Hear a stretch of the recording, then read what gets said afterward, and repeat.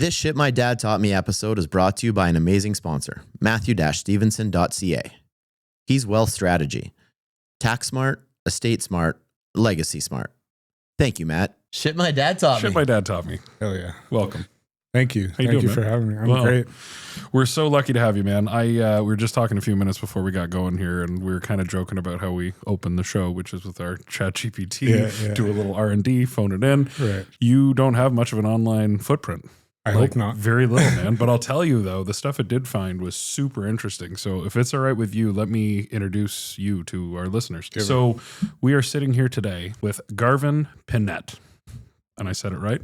Let's go. Off to a good start. So it goes on to say, today, we have Garvin Pinette to the show. He's a proud father, a passionate public servant, archery champion, and a man who's turned his deepest struggles into powerful fuel for change. Awesome. Pretty good, right? He's a correctional officer and peer support coordinator with Manitoba Corrections and the founder of the department's first ever peer support program and trauma-informed care committee. After surviving 3 traumatic events early on in his career and receiving PTSD diagnosis, he then faced down some of the darkest days of his life, and he chose to fight, not just for him, but for mental wellness and for others in uniform. Let's go. He partnered with the MGEU to launch the Healthy Minds at Work campaign, building out a full peer support training program.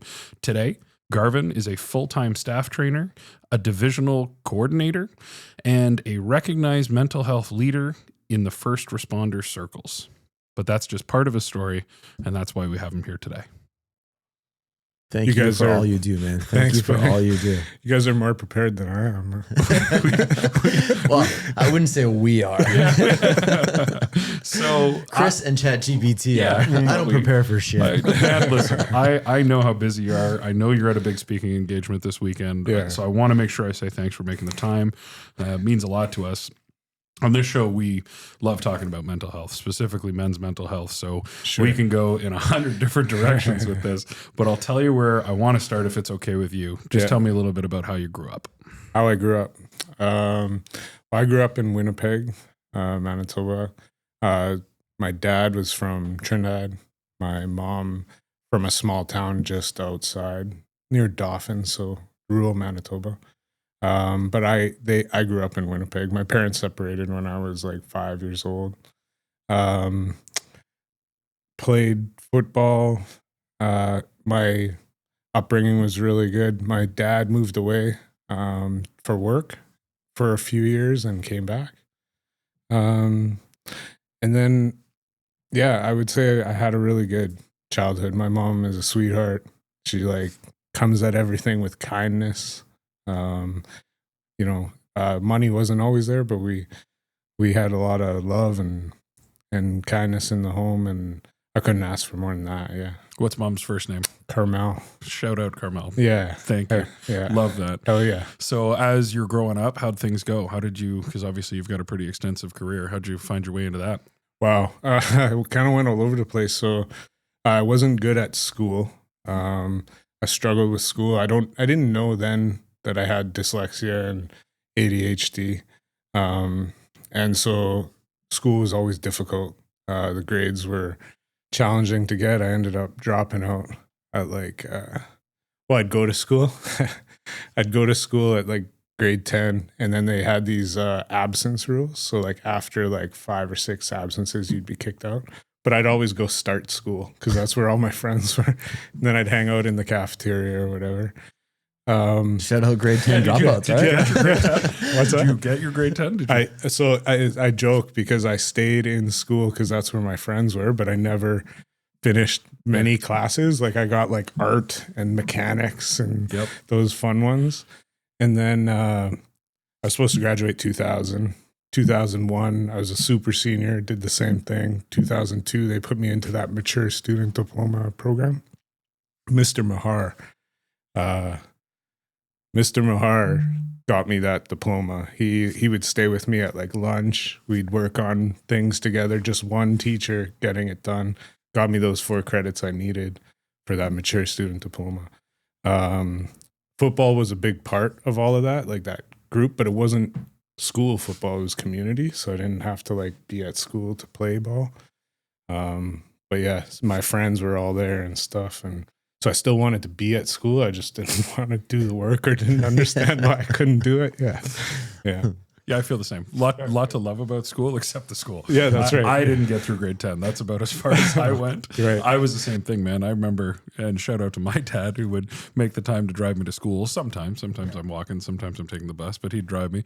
And like literally, I remember my silly ass walking in, waiting, walking back out. And I did that more than once. It was the calf for sure, but it was also like we had like a big park ravine where we were. And it was like, I just was focused on the wrong shit, man. Yeah. Or was it the right shit? Well, I think people like obviously with dyslexia and ADHD. I mean, those are that's a lot to work with. But like for me, it was just not my learning style. Right. Like I learn if I can do hands-on, if I can watch something happening, if I can get that kind of instruction, then I got it right away. But sitting at a desk was not me. Still isn't to this day. No, yeah, I have a hard time sitting still. Period. But. Yeah. And not making excuses. Part of it was that I just didn't want to be in those classes, but yeah. Yeah.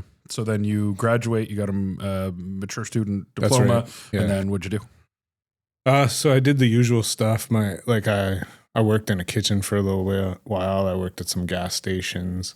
I worked for my stepdad who had like this. He worked at a sheet metal shop. He's the first person that fired me, actually. Shout out stepdad. Yeah, Gil. He's an amazing guy. He had hired me on, and I just kept showing up late. Like I'd be there 5 minutes late, but I'd be there. I just wouldn't punch in time. I'd be at the back of the line. So I remember him trying. So like he's like, Garvin, if you could be 5 minutes late, you could be 5 minutes early. I'm like, oh yeah, for sure. It's easier said than done though. And he'd leave the same house as me, right? And just whatever. So at his retirement party, I told that story, and afterwards he came up to me and he's like, you know how hard that was to do? Like, I guess his boss had been on him for a while about letting me go, and he kept trying to help me. But no, first job I got fired by my stepdad. Shit, my dad told me. Yeah. Just as easy to be 5 minutes early than it is late. That's right. Yeah. Okay. Yeah. So I and then I was an apprentice at a tattoo shop for a while, and I did tattoos for a little while. And that kind of carried me into. I also started working security at the same time because that you didn't make a lot of money there. You'd make money off like piercings and stuff like that, but the artists would make the money, and I do a lot of the drawing, and I love drawing. And then from there we went to, I was doing the security for Manitoba Housing, which was a tough job. That's like our welfare housing in Manitoba. And my buddy came over and he's like, do you want to meet for lunch? I was the operations manager or something there at the time. You want to meet for lunch? I'm going to do this testing for the province. And I got some time in between. I'm like, what's the testing? He's like, corrections. Really? What's going on? Like, what do you have to do? He's like, I don't know. I just applied. I got an auto reply. You got to go write these tests. And if you pass, then you get an interview. I'm like, oh man, I'm going to jump in on that.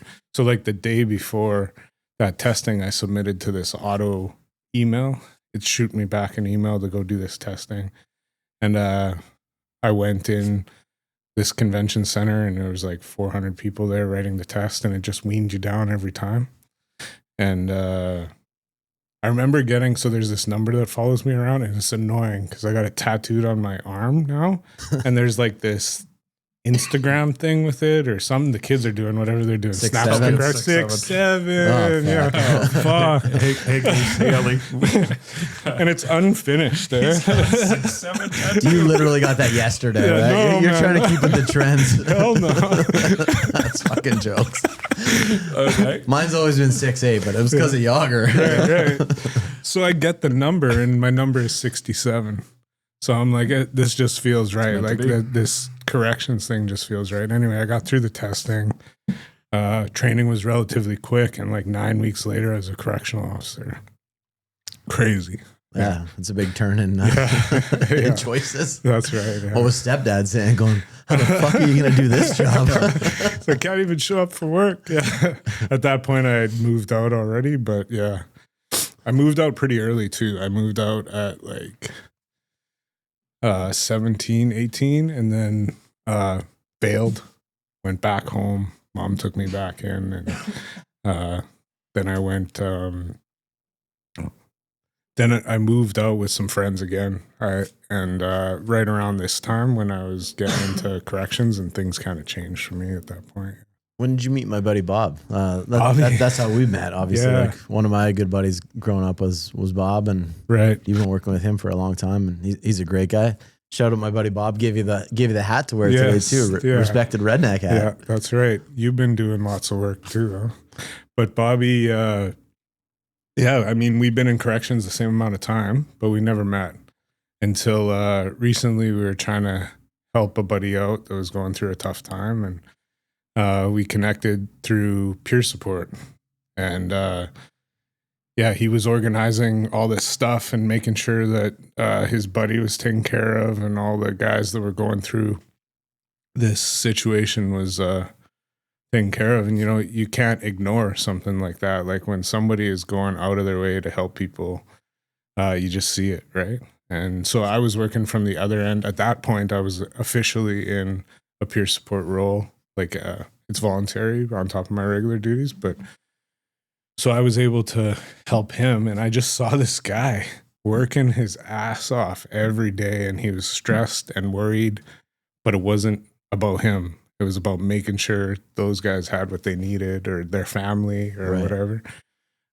So as they worked through the trial and everything, we got closer and closer. And you know, when somebody like that comes into your life, you just keep them as close as you can, right? Yeah. And yeah, he's just a good shit. Huh? He's always been a beauty. Yeah. Yeah. He speaks super highly of you. Oh, that's Yeah. good. Yeah, I got him fooled for sure. Yeah.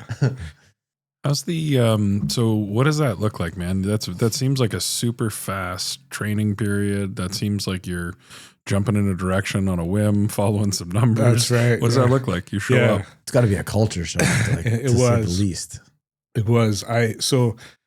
I always knew I wanted to work with kids, so I ended up working at the youth center. Bobby worked at Headingley, so adult men's, and I worked with youth, mostly female youth as well at the time. But yeah, it was quite the culture shock. I mean, I didn't grow up wanting to be a correctional officer for sure. It just kind of fell into my lap.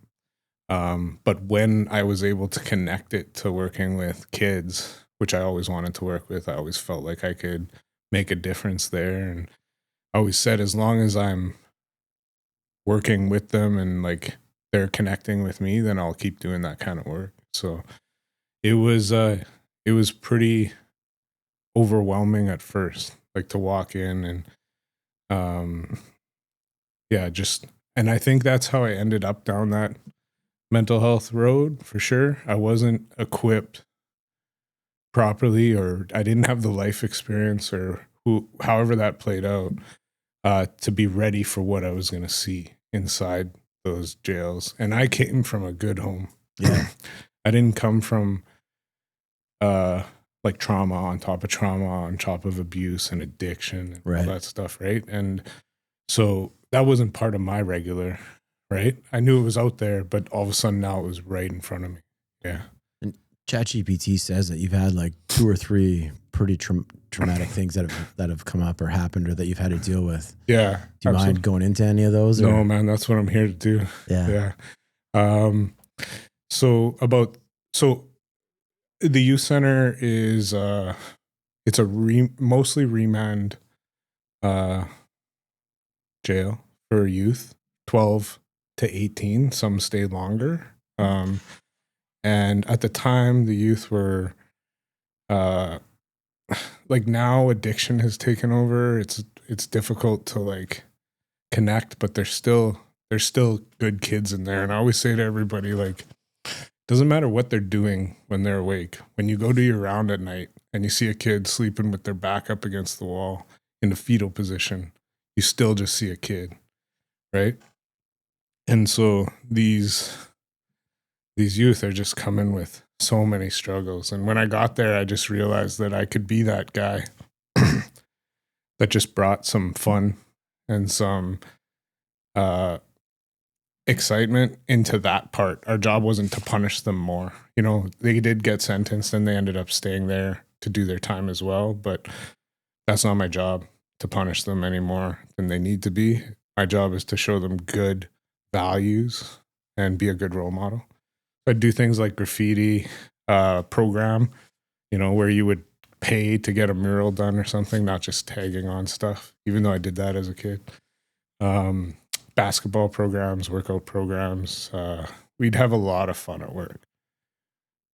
But 3 years in, and I remember in our training, the training officer said that they trained us in assist, prevention, intervention, and they said that they hadn't had a completed suicide in Manitoba Corrections. Like, just period. Nobody knocked on wood. They just made that statement. So the first suicide, I was on shift, but not directly involved. And it was a youth, female youth, that took her life. And I saw more the way that affected the staff that were working with her. And then we had to work in those units after, and just like how it was affecting the other youth that were in there. And the timelines on all of these are kind of messed up still for me. But the second one was directly involved with me. She was a youth on my caseload. So we're case managers. Our biggest job, I would say, is to make sure people don't come back into custody. So like release planning, making sure that they have something to go out to. They're not just going to come back and make more victims. And so she was on my caseload. We connected. We talked every night. And so I was supposed to talk to her at 9:00. We have an institutional response team. And when shit's popping off, you got to go handle it. So we had an incident around 8:30. I went and helped with that. And at 9:30, they called a code red, which is a medical emergency. So jetted off to go with that. And it was her. And she had tied up and was behind the door. So we had to get into the door. I remember all kinds of stuff, you know, like the color of her skin, the sound the body made as we tried to do CPR. I was with two amazing COs that used to, or JCs, juvenile counselors, what we call ourselves at the youth centers, who used to be paramedics. So lots of medical experience there. I'm a volunteer firefighter, but I didn't have that training at that time. And yeah, we worked on her, and they brought her back. But I remember the one guy looking over at me and saying, "She's gone, man. They're just going to take her to the hospital and the family's going to say goodbye." And the in-charge officer came and asked me to go on the ambulance and follow her to the hospital. And somebody else, I can't remember who it was, said, "No, like, he's not going. He's too," like, they could see it on me. And so went through the motions, and I felt okay after. You know, these girls were struggling with so much, and that wasn't lost on me, but we did everything we could. And after that, we had a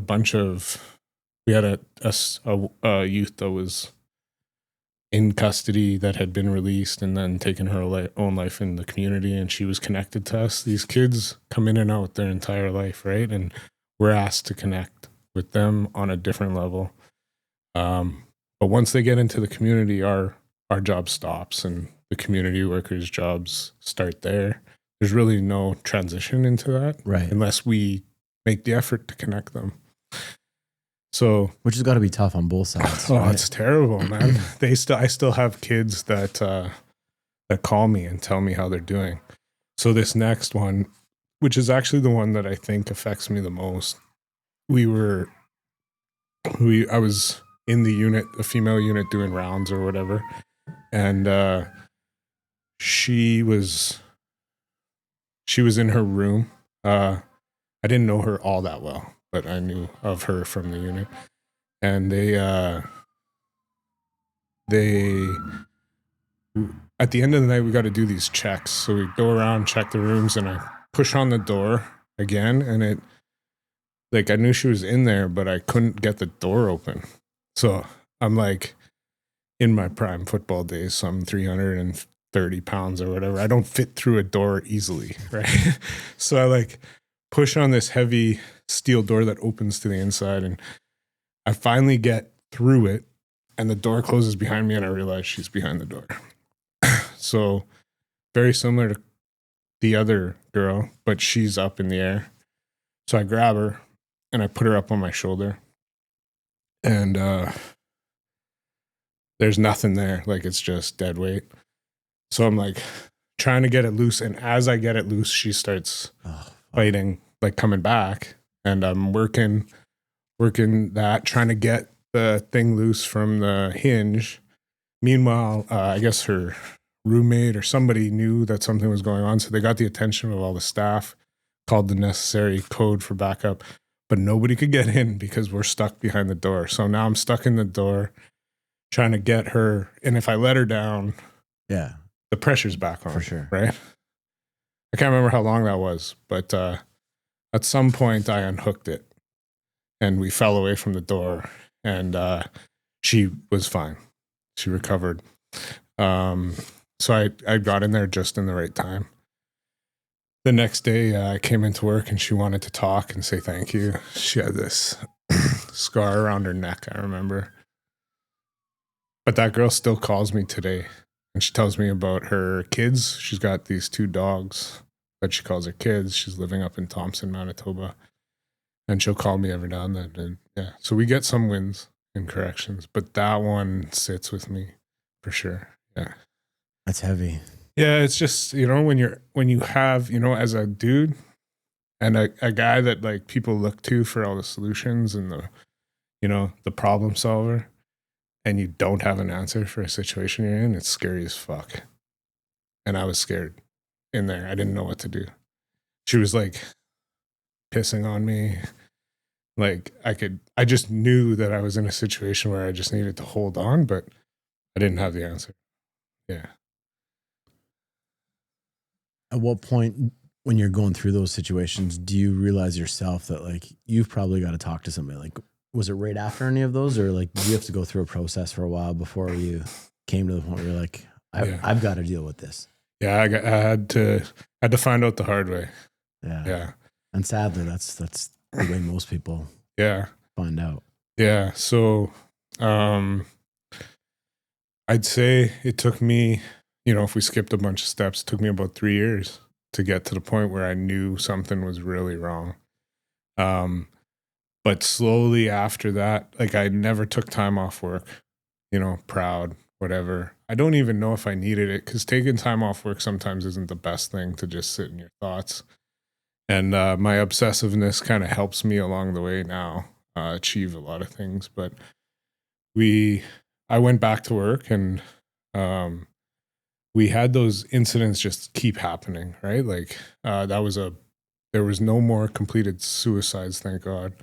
And our work adjusted to make sure that the youth were safe. There was training that came out, and eventually that kind of stopped again. But the trauma was still there. Those kids were still there, and you could see like the self-harm, and yeah, it's just very difficult to see. And so I think the first thing I noticed was that I wasn't really the good guy I used to be. Like I was having trouble going home. I was drinking more than I should. And then I was kind of the life of the party. So everybody had a young family, just one daughter at the time. I have 2, Hunter and Hazel, and my wife, Michelle. And at the time, I would really struggle to go home when I really liked to go home. And then the next thing that happened was I was having trouble going into work. And I remember driving down the highway and being like, if I ran into that pole, I wouldn't have to go to work. And I live outside of the city, so just a little town, just about a 20-minute, 30-minute drive outside the city. So it's a nice drive. I always appreciated it. never a semi on that highway that I remember, but this one night I was driving home and there was a semi on the highway. And I remember thinking, if I hit that semi, I wouldn't have to go to work. Like that's the thought process, was like, this would be my excuse. Like everybody would understand that. So that was obviously getting a little scary. Then one day I was watching Hunter, my daughter. She was probably 4. We hadn't had Hazel yet. And I'm in my house, day off, did a bunch of stuff. I have an 1.5 acres. I love working in the yard. I'm an outdoors guy through and through. And I had come inside. Michelle was working, because at that time we were probably working, you know, like that ships in the whatever, just passing by. Yeah. So she's working evenings. I'm probably just off that day or whatever. I don't remember all the details, but I remember being like, oh, I should check on Hunter. So I go upstairs, and she's got a bedroom right up the stairs, eh? So I go up the stairs, I go to open the door, and it doesn't fucking open. And I'm like, holy fuck. Instantly, I'm at the jail. I could smell it. I can see it. I can feel it. The door, the wooden door with a regular door handle, felt cold like a jail door. I got goosebumps now. And I pushed on that door so hard, I almost knocked it off the hinges. It still has a hole where my shoulder kind of went in. And my sweet 4.5-year-old daughter is sitting there playing Barbies. She's got Barbie in each hand, looking terrified at her dad. And I'm like, fuck. So I guess there was a backpack behind the door, just offering enough resistance to give me that trigger. And I was like, holy shit. Like, you know, that look on her face, she doesn't remember it. I've talked to her a couple times about it. That look on her face bothered me more than a lot of things, right? So I was like, this is a problem here. And then maybe that wasn't even enough too, because I remember at some point I got to the point where I wasn't sleeping at all. I'm back.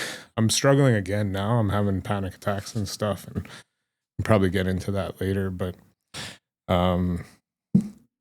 the fear of going to sleep is for real when you don't know what you're gonna see, and sometimes it's the last people you see that come at those times, right? So that those triggers, you know, make sleep very scary. So I did stop sleeping for a while, and then I went to go see my doctor. And I felt like the sleep was more medical. Like that was easier as a dude to explain to the doctor that I just couldn't sleep, man. You got to help me out here. Right? Like drinking doesn't help sleeping. It just keeps you up more. Right? And so like, what do I got to do? And, I was expecting like a pill or a conversation of some kind or whatever. And he's like, well, you should probably go start by talking to somebody. Like if that's what's going on. He could just tell. Yeah. I'm like, fuck. All right. So we have EFAP through work, like counselors and stuff. So employee family assistance programs. But he was also like, you can get a counselor through us. We have one here.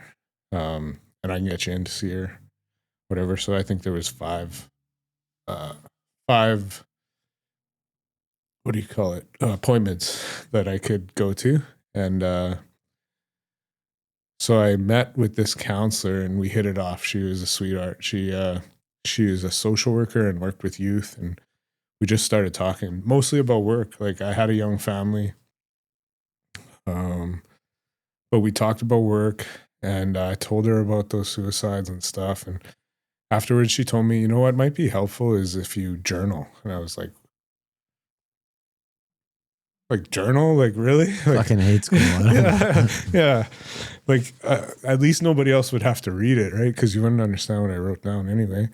But she's like, yeah, if you journal everything, like the way, like start with that incident and write out like everything you saw, you heard, you smelled, like what your thoughts were. And I'm like, it can't be that simple, like, you know, but whatever. I was desperate and I had a family that was counting on me and I love my job. Like I really do. I wanted to keep doing it. And so I went back and I went to work. I did this journal thing. And So every night I would write down, and then I also took some time during the day to like focus on the incidents, and I wrote everything down. I don't think I realized how guilty I felt until I wrote it down. That I felt like it was my fault that I never went to talk to her at that certain time, and that's almost selfish in a way. That I would think that like this random guy that's working at the youth center would affect this kid who grew up with layers and layers of trauma and terrible things that happened to her, and she just had enough, right? Like as if I had anything to do with that, but that was sitting on me. So I went back to the second counseling session, and she wanted me to read it back to her, put it on her, and let it go. So I came with my book of thoughts, and I remember like I was kind of sitting forward just reading it, and like even just thinking about it, it hurts me. But I'm reading it, and I get to the point where I'm doing CPR, and I know it's not working. And I look up, and she's bawling. And I'm like, fuck, I broke the counselor. And yeah, so I felt no longer safe to share in that space. Like I just felt like I became the counselor at that point. And I know she was struggling too. And we never had a second appointment or another appointment after that. I went to go see somebody else. But at that point, I knew I had to fight for myself. Like there's a lot of people that would have taken that as like it's not going to work, right? And I think over the course of this, I learned that was an important moment for me to be like, I need to go back to my doctor and try this again, as opposed to just give up and like give in to like, man, you're fucked. Like there's nothing you can do about it. So It's flawed, eh? it's fucked. Yeah. Yeah. Huh. I should have asked if swearing was okay, but yeah, I'm guessing it's okay. Like that, Yeah. Figured. It's in the title. Yeah, Do you, man? Yeah. So where does your doctor send you? Where do you go when you put a therapist through therapy? Well, after that, I went to therapy. I never went through a WCB claim or anything like that. And I think I just put some time between me and those incidents. My life was changing too. I had a young family. My wife was pregnant again. She got very sick with the pregnancy. So like we're blessed to have the 2 kids. But she's allergic to the hormone or something that's produced during pregnancy. And so the second pregnancy was really hard. So I had a 5-year-old daughter who needed me. And I had my wife who was bedridden. And I had to work shift work. I was also becoming a supervisor at work at that time, and that motivated me a little bit. So I think the combination of the psychotherapy with the doctor and kind of talking things through, that came out of my own pocket. But like I said, you need to invest in yourself, right? And I had a family that was counting on me. I don't know why the claim, like the work claim, was such a hurdle for me, but I just couldn't do it.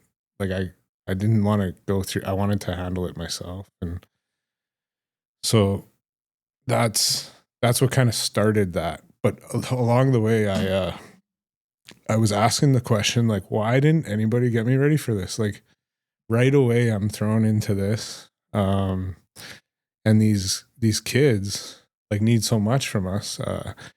You know, my buddy Josh says the thing that makes you good at the job makes it a risk for you to get hurt at the job. So being compassionate, being empathetic makes you good, but it also opens you up to be hurt. And so you have to kind of find that balance. And so I was asking myself, like, whose responsibility is this? Who should have protected us or me from that? Are other people struggling? That kind of stuff. So I started asking some questions at some high levels. That's where the MGEU came in. That's our union. And they got behind me on it, talked to the employer. The employer for sure was like, yes, we agree. We want to do something. And so I got put on this trauma-informed care committee where we looked at all kinds of different agencies and stuff and what they were doing, and found some resiliency programs, made some recommendations. And at the same time, I figured if I start a peer support program, they can't tell me I can't. I'm in control of that. And so I started that at the youth center too. And I had people that came out of nowhere that just jumped all over it. Like employees and ex-employees. Yeah. And, there was Marion who had passed. She was our rec. She was a JC, but she was working rec for a long time when I was there learning. She had pushed for this kind of stuff way before. And so there was a bunch of people that were like just waiting for something to happen, right? And I had an executive director that was like, yeah, let's go. Like, as long as you can justify what you're doing and whatever, give her. My superintendent at the youth center was amazing too. And so when the leadership gets behind it, as long as you can keep people motivated, you can make something happen. So I had no blueprint. I didn't really know. The only thing I knew is that a lot of organizations allow peer support to happen because it costs them nothing, right? It's all volunteer. And so I started reaching out to some contacts that I had, and that I just made more contacts along the way. And somewhere along the way, I realized that sharing my story carried some weight, that everybody thinks that they're alone, right? And that it's just you. And if nobody shares, then everybody just thinks that. And so I would start every meeting or pitch with sharing that story. And like I'm not just here because I want this. I'm here because I needed it. And we can make sure that nobody else is alone through that kind of stuff. And so it's not perfect, but we're working through it. And we got a peer support program now there.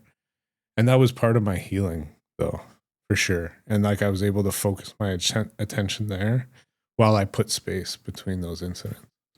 Right now, is that just at your guys' facility, or is that like, are you trying to get this implemented like across all Manitoba Corrections? Or? Yeah. So right now, I'm the coordinator for the peer support program for all of Manitoba Corrections. So good for you. Yeah, I'm happy, really jacked about that. I'm hoping that it can turn into like a little division within there, and we can make sure that everybody's getting training and what they need. But we're figuring it out as we go. I just came back from up north Manitoba where I was doing some recruiting, but before that, I did some training with our jail in the PA, which is like 6 hours away, and they're very isolated. So it's nice.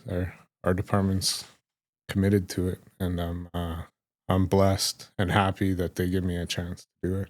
And in a sense, it's got to, like, for all the community work and charity work we do, like it's our therapy. It helps our mental health. It's got to be one of those pieces for you where like maybe you're not going to a therapist as much anymore, but doing this and helping other people get through it is probably a lot of therapy for you, and helps you kind of lets you talk about it more and helps you confront it more too, right? Yeah, exactly. It is part of my healing journey, and then it also, I'm seeing it help other people, right? And I'm meeting people like Bob. Like I meet great people all the time that and I'm also we also run like a group peer support program in the community for all first responders. So one of the biggest challenges for first responders is that a lot of the volunteer places you would go for help, our clients are at. It's not a safe place to be vulnerable, right? Throw on top of that the alpha part of all of it, and you got a real problem, right? So there's this group I'm coordinating called the OSI CAN Peer Support Group, and we got a great ex-police officer who shows up every Thursday and is there whether people show up or not. And people walk in and they got a safe place to share if they need to. So there's just different layers to it, but definitely having that ability to like help people has helped me for sure. I do see a therapist still, and I've kind of ramped that up again. I mentioned that, I'm re-triggered by PTSD over the last 6 months. It's been a struggle. I've been having my panic attacks again and stuff like that. So I didn't anticipate that my daughter would get to the age of the youth that were at the jail when that happened.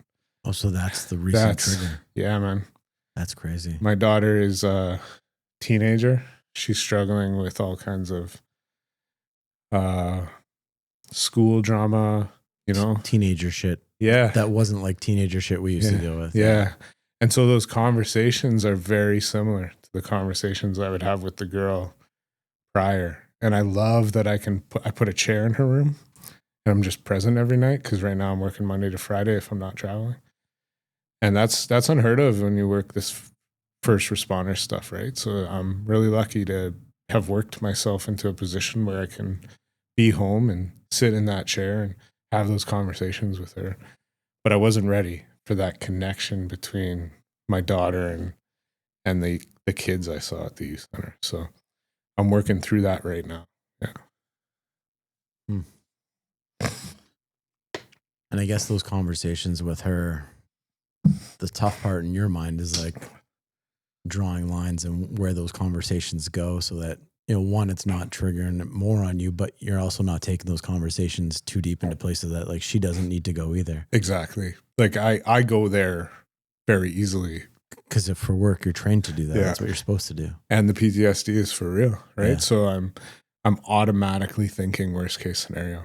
So like every time somebody says you got to talk to this person or whatever, it's just like the worst case scenario, right? So yeah, and you don't want to overfeed, right? Like you said. I remember my brother is a teacher, and he told me, he's like, yeah, you got to ask them the questions and see where they want to go with it, because if you're leading that conversation, you might go too far down the rabbit hole, right? And you don't, like, I can't come back from that. So yeah, it's difficult, but it's nice to be able to be there for sure.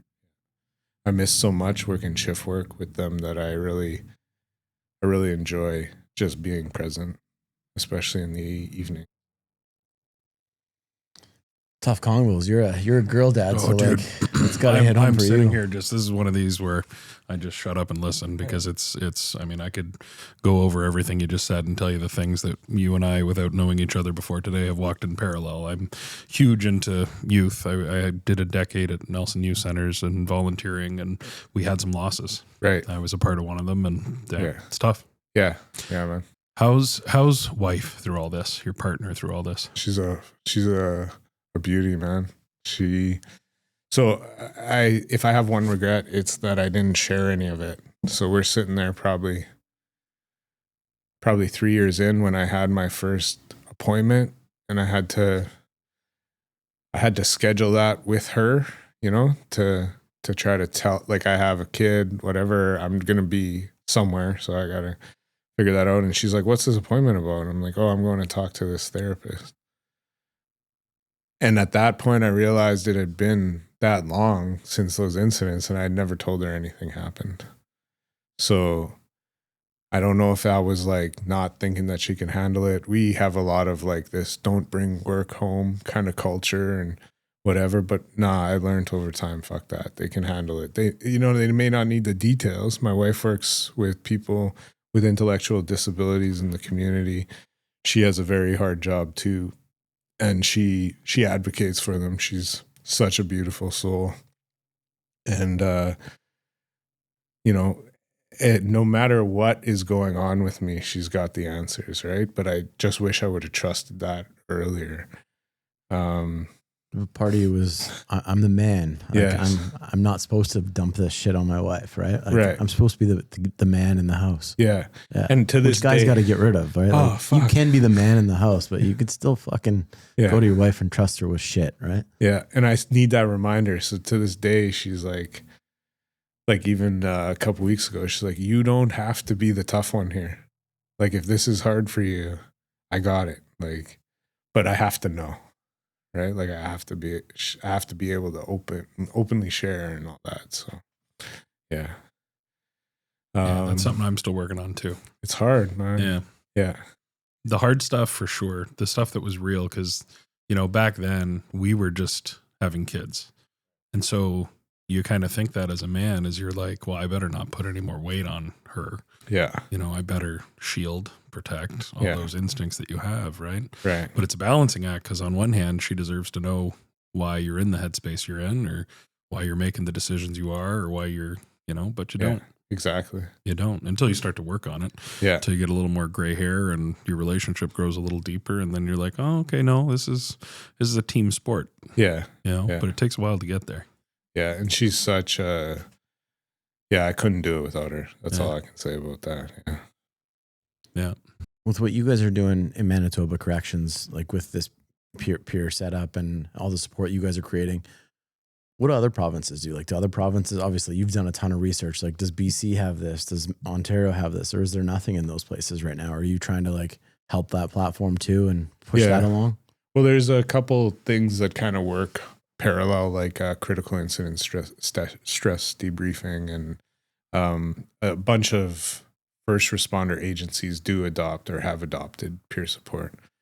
Not too many do formal peer support. So that's what I'm trying to do. But I did get the model and worked with some people out of, it might even be Burlington here. They were police officers from Ontario involved in some pretty serious incidents as well. They're retired now, but they run a different company, training people on peer support.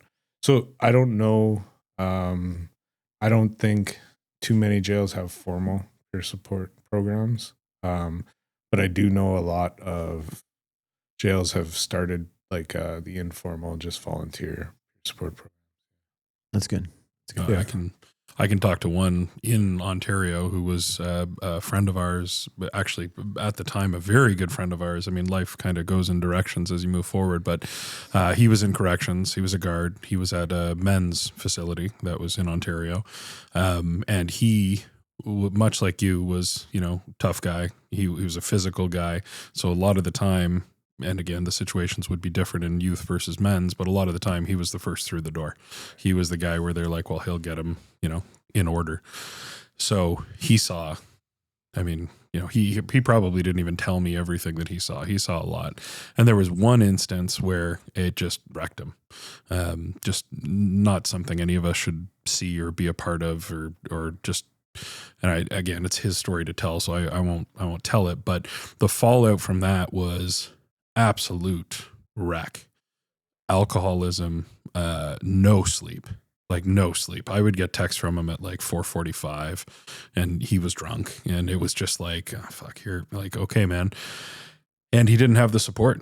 Like, I can remember him getting reprimanded. Like theirs was like, no, you can't be late, or no, you can't miss work. And because he had that pride piece going at the same time, he wasn't, championing for his own care. He was just kind of letting the system navigate his care, and the system just, it let him down, man. He hit like rock bottom, and had, systems like yours been in place, that probably is a different story, because he's a great, he's just a really likable guy. Like in a peer-to-peer scenario, he'd be a rock star. Everybody would want him around, but that didn't exist. So he was doing it in a silo, and he was kind of counting on his friends, but like, we can't see what he's seen. It's a different, it's outsider looking in, right?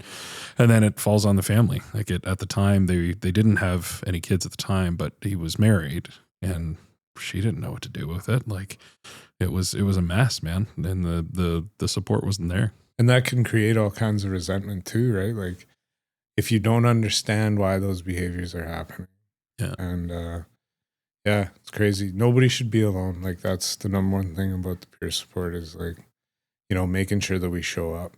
But it's also important that we know when people are changing. And so it would have been nice for him to have somebody to be able to say like, hey man, like this is fucked up. This is not your normal, right? What's going on? Right? And then just be able to be there with him for it. It's really simple. So it doesn't have to be complicated.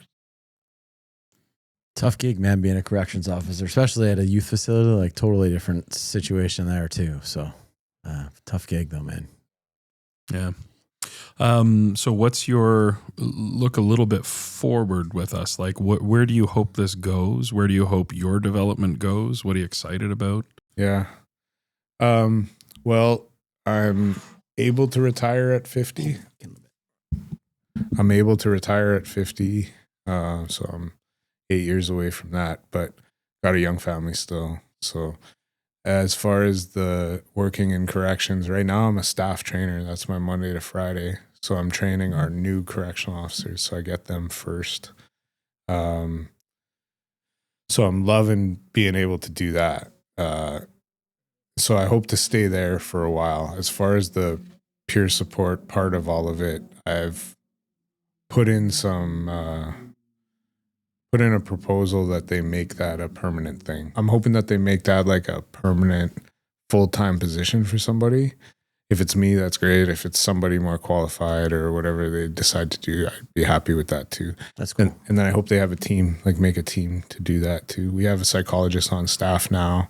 They've hired a manager for wellness, and like they've done so much. It's great. So I just hope we keep making steps forward and make sure that nobody has to go through that stuff.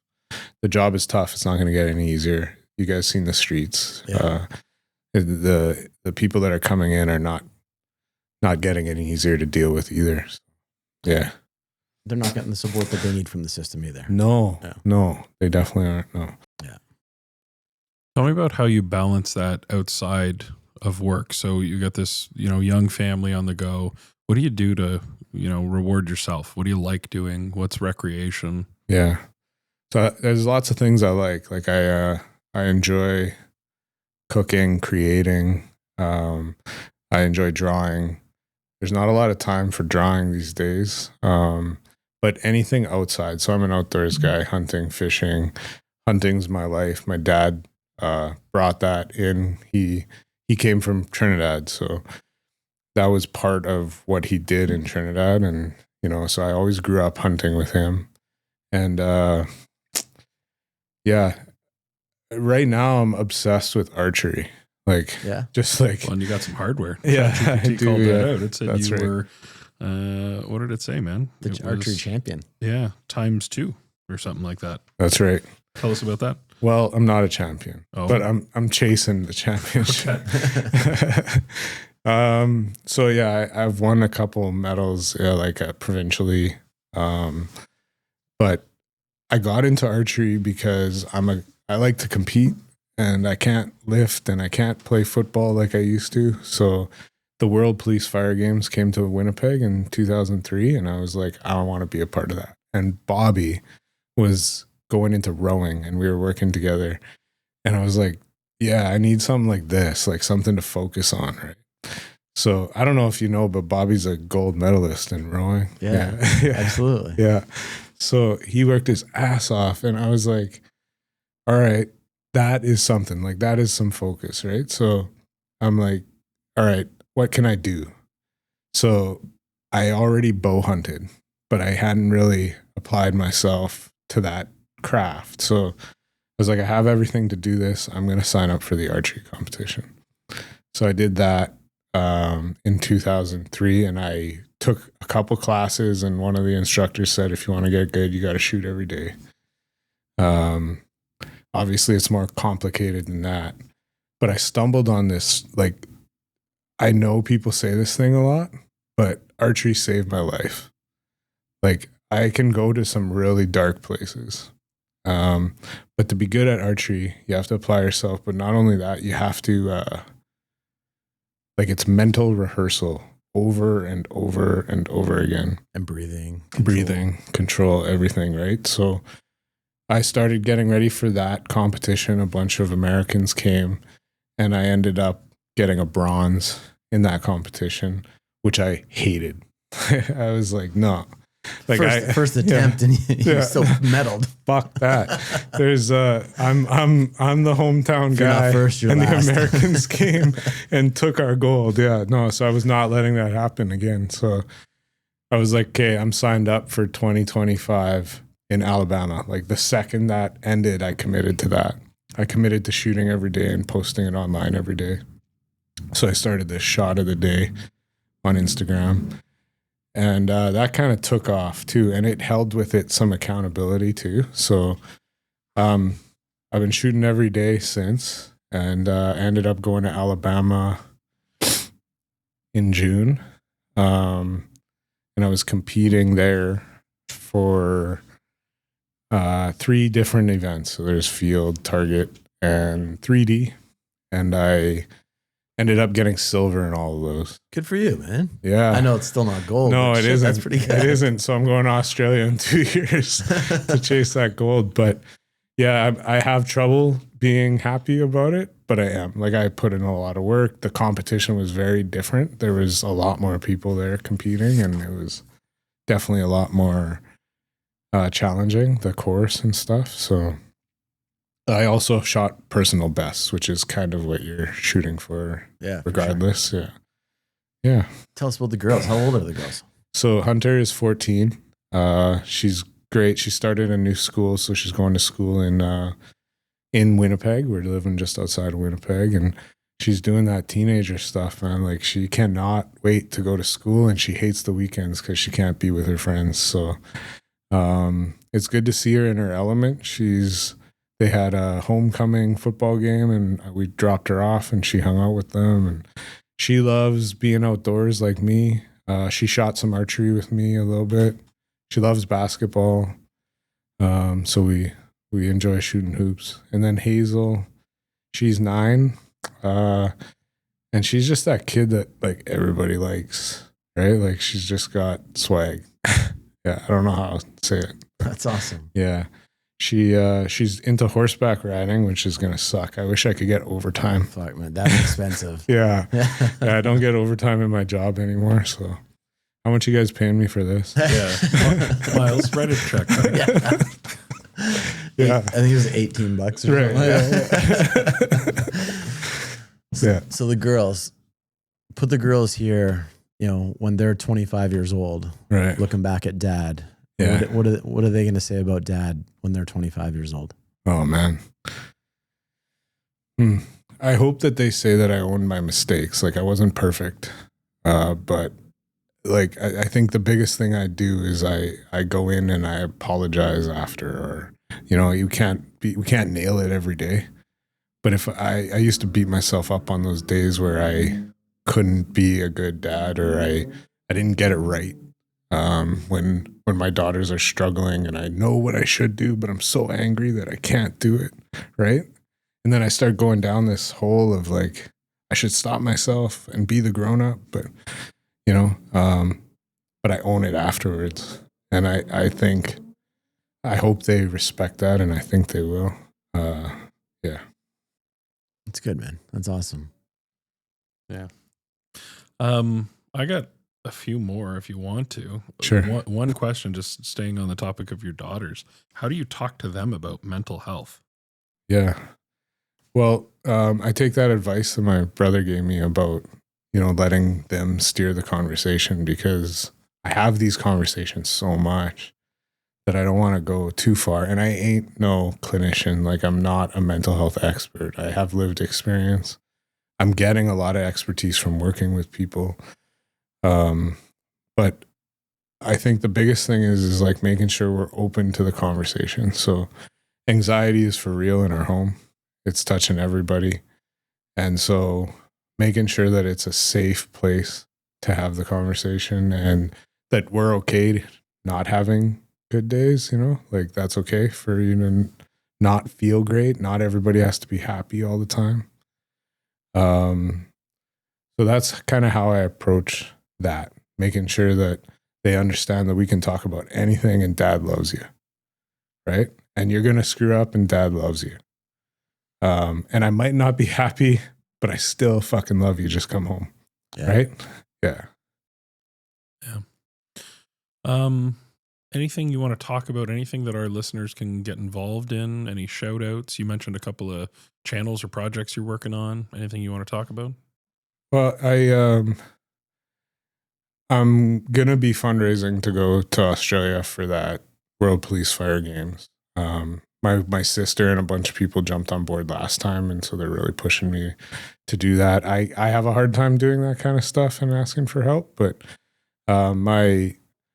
my shot of the day, I'm at like day 531 today, consecutively shooting every day and posting it. Good for you. Yeah. So I'm jacked about that. And that's got me a little bit of a... That's on Instagram? That's on Instagram.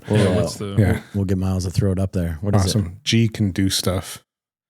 Okay. I'm new to the figuring out the social media stuff. So that's just my regular page, but that's where we've been posting it. And then my archery shop, my pro shop that's closest to me, Heights Archery, has kind of taken me on, so made me a pro staff. And yeah, so that part is like a big part of my life right now. And so I'm going to be fundraising for that. I also share on those same social media platforms the fundraising for like the peer support meetings and stuff like that when I need to do it. So you're doing some speaking this weekend too, right? Like you're down here because you didn't just fly down here to come see us. No, we were just your first stop. I would have. We were the VIP stop, but you're heading to Niagara Falls, right? That's right. Yeah, there's an Invisible Wounds conference. I was lucky enough for my work to send me to it last year.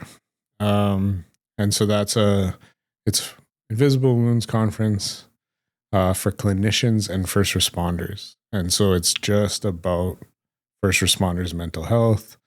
It's a 2-day event. They got 10 speakers. So last year I just went to take it in, filed a conference report. But this year I got asked to talk at it. And so that was after a talk I had done in Brandon, Manitoba. And yeah, so I tell the same story I kind of shared here. I really like talking about moral injury and then the peer support program and how that breaks down. So I'm excited that they brought me out here to do that. Yeah, I'm still awesome. Blown away that people want to listen to me talk. So. You wouldn't believe how, I'm sure you're getting to believe it more and more, but the more people hear people's stories, the easier it is for them to deal with their own. Yeah. Yeah. Like it makes a huge difference. It doesn't matter who you are. It doesn't matter what you have and don't have. Like hearing that other people are going through the same kind of shit. Yeah. Makes it easier to go through your shit. Right. Yeah. Yeah. Yeah. I'm learning that for sure. And I know that was a motivation for me getting a lot of the stuff I got is that I put my story in front of it. And it's hard for people to deny that. Yeah. Yeah. Yeah. Oh man. Great stuff, man. This one's been heavy. Yeah. We can end it a little funny though. Yeah, that's right. We normally like to close it out on a dad joke just because we especially from a different province, a different perspective. Okay. Would you give us a dad joke before we go? Yeah. Let's have it. I was doing some training up north in the Paw, and I'm an outdoors guy, so I'm going to steal his joke. So I was sitting in the classroom there training, and this guy would just throw out these jokes, like out of nowhere. And so we're talking about animals and how when we're driving up, we would get points for when you would see an animal, like it's a long drive. So, and he asked me, he goes, like some animals like hang out in groups. So do you know what ravens are called when they hang out together in a group? And I'm like, no. And it was like something weird. I don't know. The story would be cooler if I remember what he said. But it was like something like, I don't know. I can't remember. And then he's like, what do they call a group of crows? You guys know what they call a group of crows? I think it's a murder. A murder, yeah. So I'm like, oh, that's fucked up. And he's like, but what do you call 2 crows? He's like, attempted murder, bro. We almost got there. We got it. Boom, boom, there you go. So I was like, oh, good. I'm happy you said that because I'm going to steal it. There you go. That's perfect. I had one told to me too by my Ella. So Ella's my youngest daughter, and she's hilarious. So she said, Daddy, tell it on the show in October because it's a Halloween one. Oh, nice. So here's my one. Okay. Why don't you ever see skeletons go inside the haunted house? They don't have the guts. Shout out Ella. There you go. I love it. Yeah. Too fun. Yeah. Even though she's a Kansas City fan. Yeah. Big Kansas fan. My daughter Hazel has her favorite, but I figured it's one that you guys would know. But she's like, no, drop it. She's always like, how do you make a tissue dance?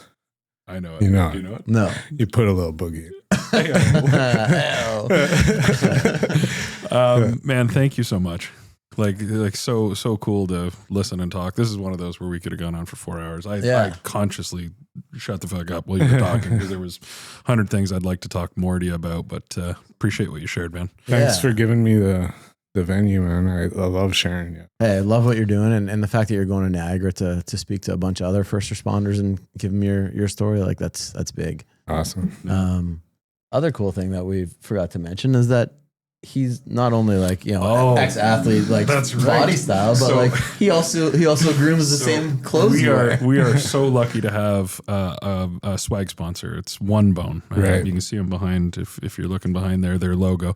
They are Canadian owned and operated. They make amazing clothing for the big boys. So I should have known when I walked upstairs, but they are letting you go home with some swag today. Awesome. Which when I brought up the bag, he goes, "Oh, One Bone. I've bought One Bone before." I'm like, yeah, of course. I should have known the football side of you, the 300 and what'd you get up to? 330. 330 at one point. Yeah, it's a big boy. Yeah. But so shout out to One Bone. Thanks, man. They'll send you home. And Jake at One Bone, he gives his phone number and shit on there. If you need anything else, reach out to him. They want to make sure you look your best. That's so cool. Yeah. I bought the swoop already. Oh, nice. There you go. Let's go. We get some cool shit coming down the road with those guys. So awesome. Looking forward to it. Yeah. So thank you again, man. Safe travels. Yeah. And we'll see you soon.